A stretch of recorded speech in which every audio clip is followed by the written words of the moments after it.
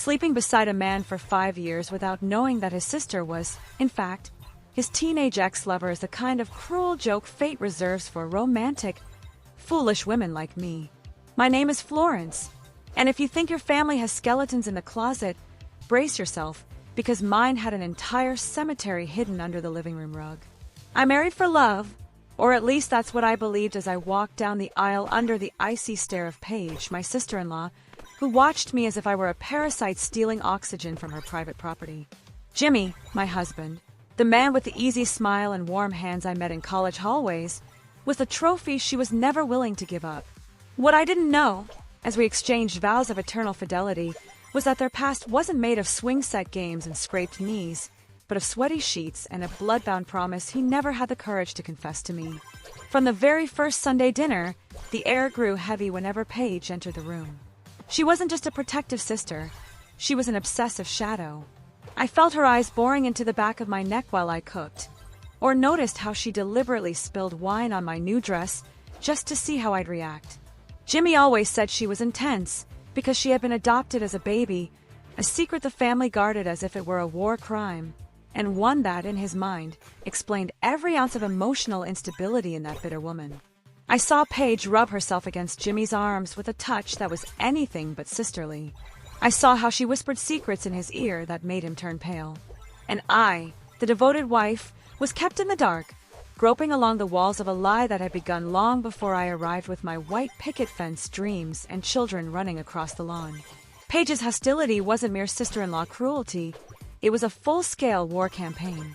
It started with small intrigues, planting doubts in his parents' minds about my character, suggesting I was with Jimmy only for the family status. But the madness soon escalated. Paige spun sinister lies, forged messages on my phone, hired people to follow me, and try to trap me in compromising situations. I felt like a disposable chess piece, an obstacle she needed to remove to reclaim what she believed was hers by right. And Jimmy, my beloved Jimmy, was a coward. He cut ties with her when he realized our marriage was hanging by a thread, but his silence was the deadliest poison. He never told me Paige wasn't his blood. He never told me that. As teenagers, they lived a forbidden, sick love story right under their parents' noses, parents who were now growing old without suspecting that the children raised as siblings had once been fervent lovers. The tension exploded on a stormy night when Paige's mask finally hit the ground and shattered. I found a box of old photographs hidden in the attic of the country house, images that showed more than sibling affection, revealing the gleam of possession that made me nauseous.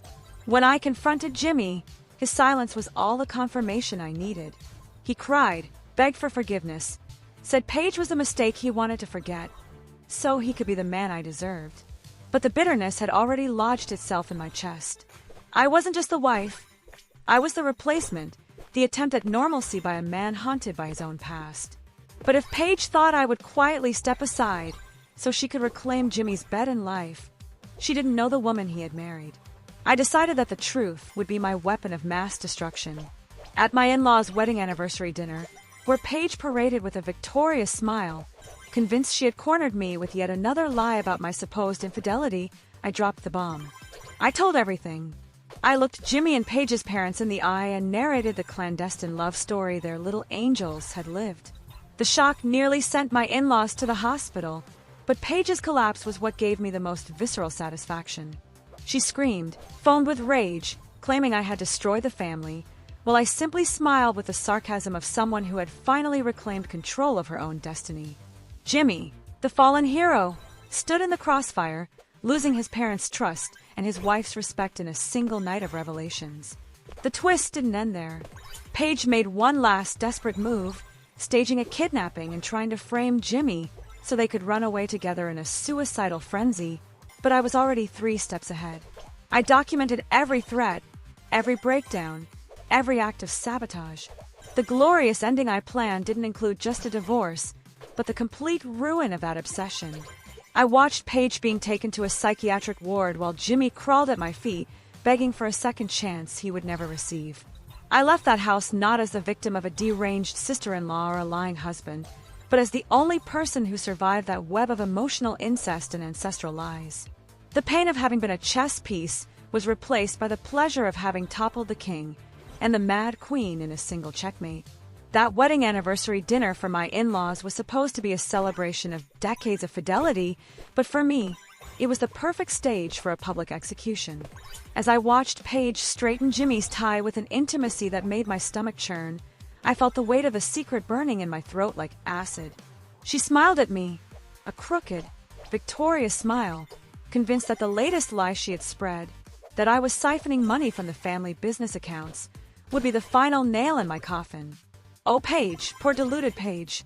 She thought I was a fly caught in her web, never realizing that I was the fire about to consume her entire garden of illusions. The room was thick with the scent of lavender and the expensive perfume of the guests, but to me, everything smelled like betrayal. Jimmy avoided my gaze. He played the perfect husband, pouring wine, laughing at his father's dull jokes, but I saw the tremor in his hands.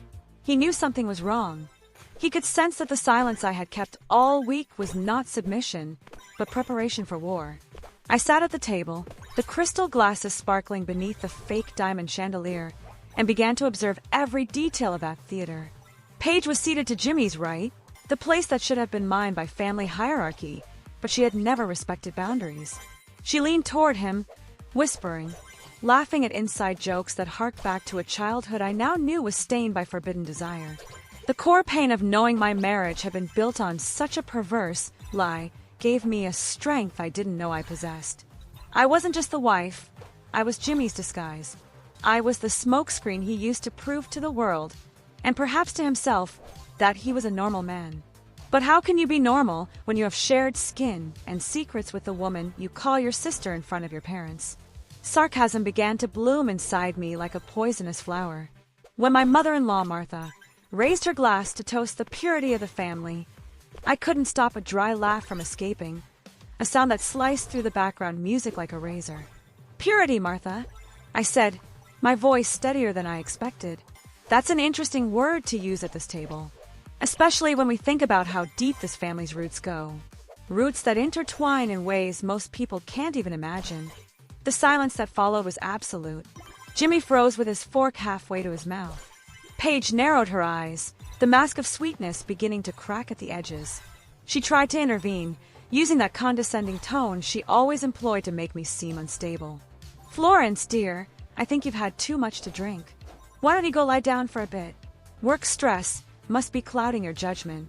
"Oh, my judgment is clearer than ever, Paige," I replied, resting my elbows on the table and staring her down. In fact, I had an epiphany.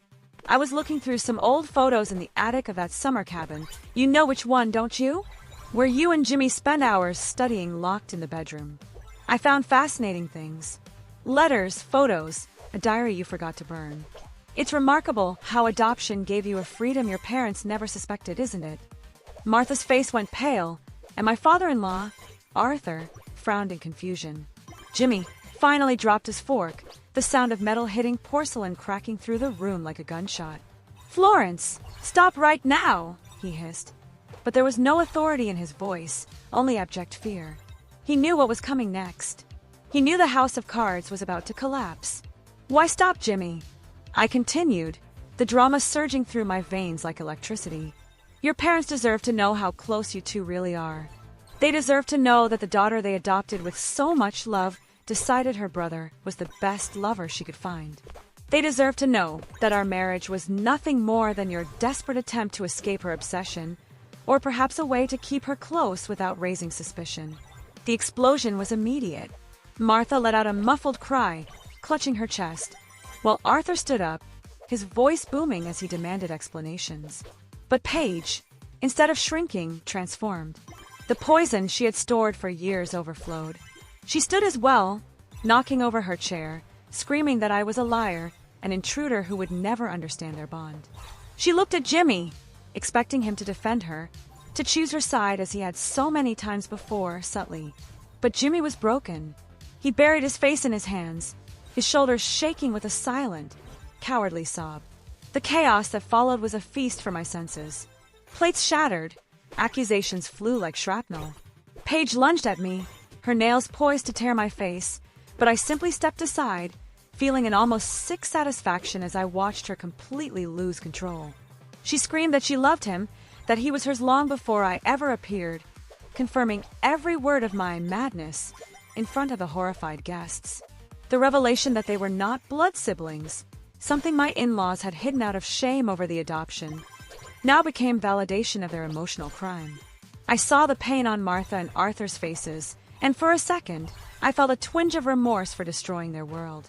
But then I remembered Paige's lies, the nights she tried to convince me I was insane, the times Jimmy allowed her to humiliate me in silence.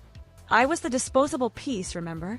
Well, the disposable piece had just delivered checkmate to the entire board. After the initial chaos, when the guests began to leave in a buzz of shock and gossip, the house sank into a heavy, funereal atmosphere. Jimmy tried to talk to me in the garden, the party lights still flickering ironically among the trees. He tried the repentance tactic, saying Paige had blackmailed him with the past, that he was afraid the truth would destroy his parents. "You weren't afraid of destroying me, Jimmy?" I asked, my voice cold as Maine ice. "You let me walk into a cage with a starving lioness and didn't even give me a knife to defend myself.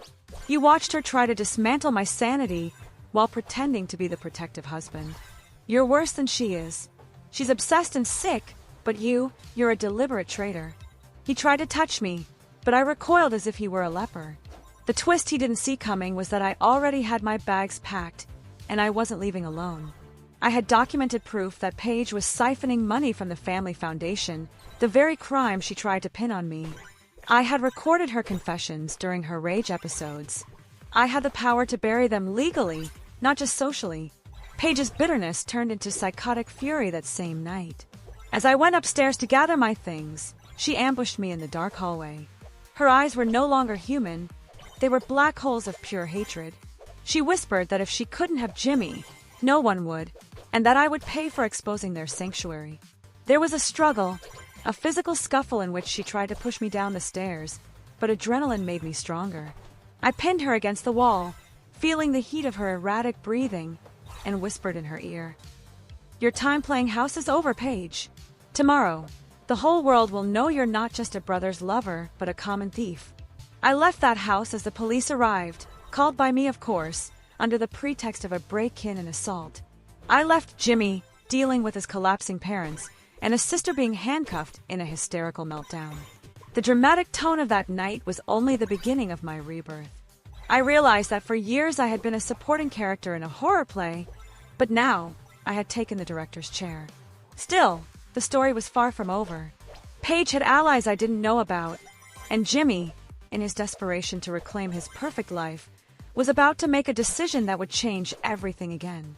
I thought I had won, but the roots of that obsession ran far deeper than a hidden diary. Paige had a trump card, something she had kept for a mutually assured destruction scenario. And I was about to discover that the adoption secret was only the tip of the iceberg of a family tree rotten to its core. As I drove away, watching the silhouette of the mansion shrink in the rearview mirror, I smiled. The Florence, who married for love, died at that dinner table. The woman who remained was sarcastic, cold, and ready for the next round. If Paige wanted a war of twists, I would give her an odyssey of destruction. My glorious ending was being written with the blood of the illusions I had lost, and I would not stop until every cent of pain they caused me was repaid with interest and inflation adjustment. Freedom has a bitter taste when it's seasoned with the realization that you were never the protagonist of your own life, but merely a convenient alibi for a handsome-faced psychopath. While I was staying at that five-star hotel, far from Paige's screams and Jimmy's crocodile tears, I opened my laptop to review the files I had copied from the family office computer. I expected to find evidence of small embezzlements, maybe a few hidden jewels, but what I uncovered was an architecture of evil that would make any Hollywood screenwriter look like an amateur. Jimmy, my sweet husband, the man who cried in the garden begging for forgiveness, was not Paige's hostage. He was her puppet master. The spreadsheets didn't lie. For years, Jimmy had been transferring funds from his parents' retirement accounts into an offshore account in Paige's name. But here's the twist that made me laugh hysterically alone in that hotel room. He was doing it so that when the inevitable scandal broke, Paige would be the only one to take the blame. He was laying the groundwork to get rid of his obsessive sister and his inconvenient wife in one move, emerging as the hero son who tried to save everyone while quietly cleaning out the family accounts. Paige wasn't just a discarded lover. She was the scapegoat he had been fattening with promises of eternal love and romantic escapes abroad. The irony of it all was exquisite. Two monsters living under the same roof. One driven by impulse and sick passion, the other by cold, meticulous calculation. And caught between them was me, Florence, the woman who believed in sickness and in health. I felt a deep nausea, but my resolve was concrete solid. I dug deeper into Paige's adoption documents that I had stolen from Arthur's safe. That's when the atomic bomb of the story landed in my lap. Paige wasn't just adopted. She was Arthur's biological daughter, the result of an affair he had with his wife Martha's own sister. The family didn't adopt her out of charity. They adopted her to bury the incest and betrayal already flowing through that bloodline. Jimmy knew this. He had always known. He used that information to manipulate Paige from adolescence onward, convincing her that they were forbidden soulmates to ensure she would never tell Martha the truth about her origins. It was a vicious cycle of blackmail and lust. And me. I had been handpicked in college because I had no family, no one to defend me if things went wrong. I was the perfect girl to be destroyed. The next morning, Jimmy called me. His voice was thick, the dramatic tone of someone who hadn't slept all night. "Florence, please, Paige has been committed. She had a complete breakdown at the station. My parents are devastated. I need you. You're the only real thing in my life." I could almost hear the script he was reading in his head. "Oh, Jimmy," I replied, letting sarcasm drip from my words like poison. I can imagine how hard it must be to manage so many disasters at once. It must be exhausting pretending you're not the owner of that Cayman Islands bank account where Martha's money ended up. The silence on the other end of the line was so heavy I could hear the gears in his mind grinding to a halt. The good guy had been unmasked. "What are you talking about, Florence? You're confused. The pain is making you imagine things. Don't try to gaslight me again, Jimmy. I'm not your chess piece anymore. I own the game now. I saw the altered will. I saw the transfers. And I saw Paige's original birth certificate. You know, the one that lists your father as the parent and your aunt as the mother. It's poetic in a sick way." Jimmy's voice changed instantly. The tearful tone vanished, replaced by a cutting coldness that sent chills down my spine. "What do you want, Florence?" "Money. You know that if you take me down, you walk away with nothing. I have the best lawyers, and you're just a bitter ex-wife trying to get revenge. I don't just want money, Jimmy. I want to watch the glass empire you built shatter over your heads. I want Martha to know that the husband and son she idolizes are the architects of her ruin. And as for the lawyers, well, I've already sent copies of everything to the district attorney and the local papers. The scandal will be so massive that not all the gold in the world will wash your family's name clean." His response was a raw scream of fury, an animal sound that confirmed I had struck the exposed nerve. He hung up, but I knew he would come after me. He was a cornered animal now. Meanwhile, Paige, in her psychiatric ward cell, wasn't as crazy as they'd like to believe. She managed to send me a message through a nurse she bribed with the promise of future payment. The message read, "He's going to kill you like he tried to kill me. Your mother's car brakes didn't fail by accident." That sentence froze my spine. Jimmy had always said his biological mother, the woman he claimed died in an accident, was a saint. Now the final piece of the puzzle clicked into place. Jimmy had a history of removing obstacles, and I was the biggest obstacle he had ever faced. I didn't wait for him to come to me. I set up a meeting at our old house, the mansion that reeked of betrayal. I called Martha and Arthur too, insisting it was for a peace conference to save what was left of the family. I staged everything with a theater director's precision. Hidden cameras, recorders in every corner, and a courage bordering on insanity. When I entered the living room, Jimmy was there, immaculate in his suit but with bloodshot eyes. My in-laws sat on the couch, looking as though they had aged 20 years in 24 hours. The atmosphere was that of an impending funeral. "Florence, what is this? Why did you call us here?" Arthur asked, his voice trembling. "To tell the end of the story, Arthur," I said, walking to the center of the room. "Jimmy has tried to convince you all that Paige is the villain. And in a way, she is.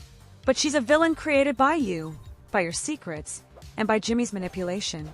Jimmy tried to interrupt me, but I was faster. I began projecting the documents, photos, and bank records onto the living room TV. Martha broke down in desperate sobs as she saw proof that her husband had betrayed her with her own sister and that her son was stealing her inheritance. The fight that followed was the dramatic climax. Arthur lunged at Jimmy, calling him a monster, while Jimmy, finally shedding every last shred of civility, began to laugh. A manic, scornful laugh. "You're all hypocrites," Jimmy shouted. "This place is a nest of snakes. I just learned from the best. Dad, you slept with your sister-in-law and brought the fruit of sin into this house. Mom, you always knew and pretended you didn't to preserve social status.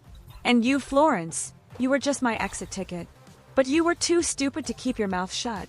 In that moment, he charged at me, hands reaching for my throat, but the sound of the door being kicked in stopped him. The police, whom I had kept on standby listening to everything through my phone, stormed the room. Jimmy was slammed to the floor, his face pressed into the Persian rug Paige loved so much. But the biggest twist was still to come. As Jimmy was being handcuffed, he looked at me and whispered, "You think you won? Check your bank account, Florence. Who do you think signed the final transfer orders?" My heart stopped. He had used my digital signature, harvested from documents I had signed without reading during years of marriage, to frame me as his accomplice. I wasn't just the betrayed wife. In the eyes of the law, I was a co-author of the theft. The victorious look in Jimmy's eyes was revolting. He was sinking, but dragging me down with him into the depths. The pain of being disposable was replaced by the fury of being used as a legal human shield. But what Jimmy didn't know was that I had an ace up my sleeve that not even Paige, in all her obsession, could have imagined.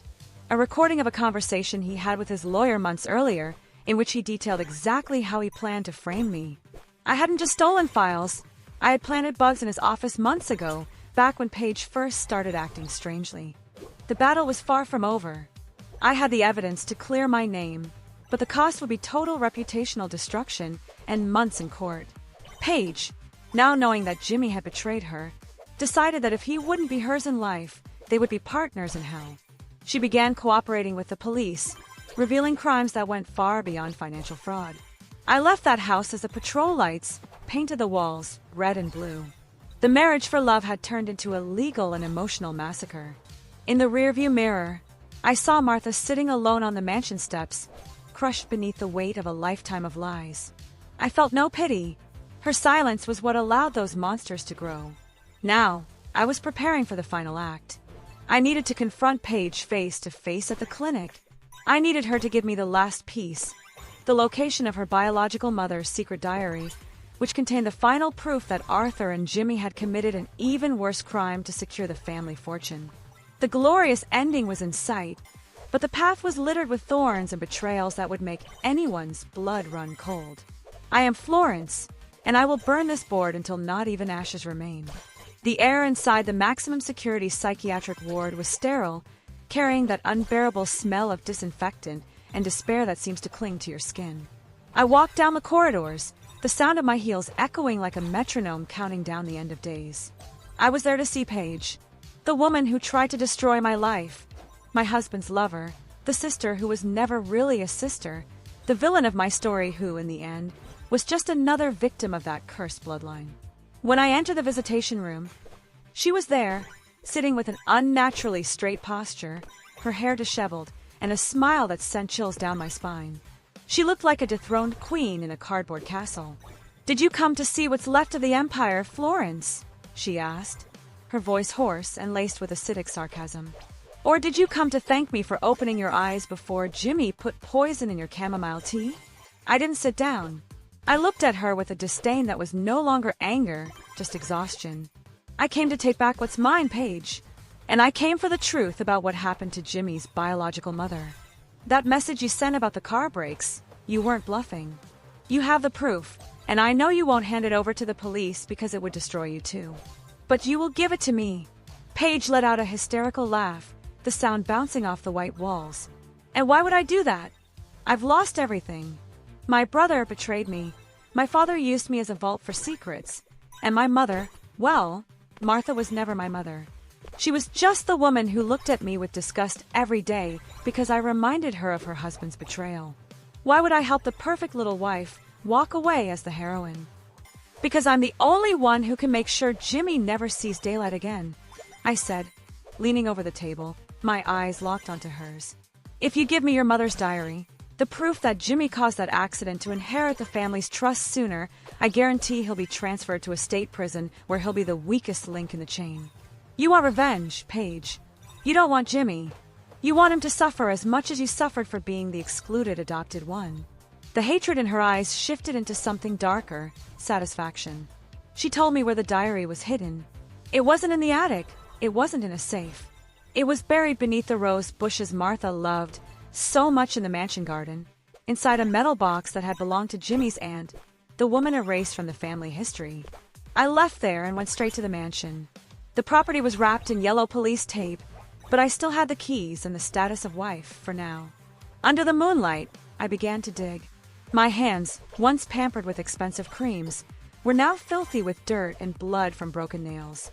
I dug with dramatic fury, feeling every ounce of the pain of having been a chess piece transform into raw strength. When the shovel hit metal, a dull thud echoed through the night's silence.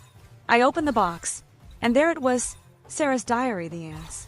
The pages were a chronicle of horror. She described how Arthur seduced her, how Paige was born from a hidden sin, and most terrifying of all, how young Jimmy, at just 18, already showed signs of a refined psychopathy. He couldn't stand the idea that his aunt might one day claim the inheritance or tell Martha the truth. The car accident that killed Sarah wasn't a mechanical failure. Jimmy had bragged to her days before that he knew how to make things stop working. With the diary in my hands, I had the final nail for Jimmy's coffin. But fate, with its twisted sense of humor, still had one last twist in store for me. When I stood up from the dirt, Jimmy was there, standing on the porch in the shadows. He had made bail, thanks to one of the family's corrupt lawyers. He was holding a gun, the barrel gleaming under the porch light. "You were always too curious, Florence," he said, his voice calm, almost affectionate, which made it even more disturbing. "I really did love you, you know. In my own way. You were so pure, so easy to shape, but you became a problem. And I'm very good at solving problems. You killed your own aunt, Jimmy," I shouted, clutching the diary to my chest like a shield. "You used Paige. You robbed your own parents. What's left of you? You're just emptiness in an expensive suit. What's left is what I've always had control." He took a step forward. "Give me that diary. If you hand it over, I'll let you go. You can keep the money from the offshore account. I don't care. I just need that piece of trash to disappear." I laughed. A sarcastic, scorn-filled laugh. "Do you think I'm stupid? The moment I give you this, you kill me. But here's what you don't know. Jimmy, I didn't come alone." From the darkness of the garden, flashlight beams appeared. I had called the detective in charge of the case as soon as I left the clinic. Jimmy was so focused on his own villain narrative that he forgot that, in the digital age, a phone in your pocket can broadcast an entire conversation in real time. He looked around, panic finally crossing his perfect face. He tried to run, but the police were already closing in. In one last, dramatic act of desperation, he raised the gun to his own head, but the detective was faster, firing a taser that dropped him like a sack of trash onto the rose bushes he himself had helped stain with blood. The glorious ending wasn't a gala ball or a new love. It was the silence that followed. Jimmy was convicted of manslaughter upgraded to first-degree murder thanks to the diary and Paige's testimony, as she chose to sink with the ship as long as he was chained to the mast. Arthur was prosecuted for fraud and complicity, ending his days in a low-tier nursing home, abandoned by everyone. Martha, the woman who pretended not to see, was left alone in the empty mansion, haunted by the ghosts of a lifetime of lies. And me, I inherited what was left. I sold the mansion, donated half the money to institutions that support adopted children in vulnerable situations, and used the rest to disappear. Today, I live in a house by the sea, where the only sound I hear is the waves, not whispers of betrayal. Paige writes to me from prison sometimes, letters full of bitterness that I burn without reading. Jimmy discovered that in prison, his charm and his control are worth absolutely nothing. I began this story as a disposable piece on someone else's chessboard, but I ended it as the only player left at the table. The love I felt for Jimmy was an expensive lesson, but the freedom I gained by destroying him is priceless. If you're listening to this and feel like you're living a lie, remember, sometimes, to save yourself, you have to burn the whole village and not look back as the ashes fall. Did you enjoy the story full of twists and drama? I went through hell to be able to tell it today and show that no lie lasts forever.